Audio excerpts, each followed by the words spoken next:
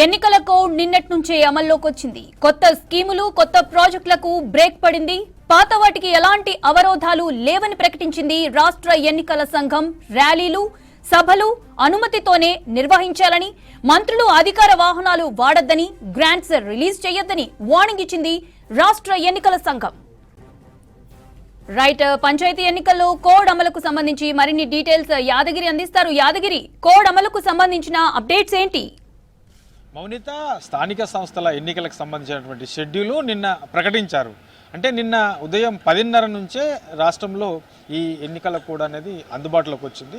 So ఎన్నికల code టైంలో ఎక్కడ కూడా అధికారిక కార్యక్రమాలు, తర్వాత అభివృద్ధి కార్యక్రమాలు, తర్వాత ప్రజలకు లబ్ధి చేరే విధంగా కొత్త పథకాలకు సంబంధించినటువంటి కార్యక్రమాలు ఏవి కూడా తీసుకోవడానికి ఉండదు.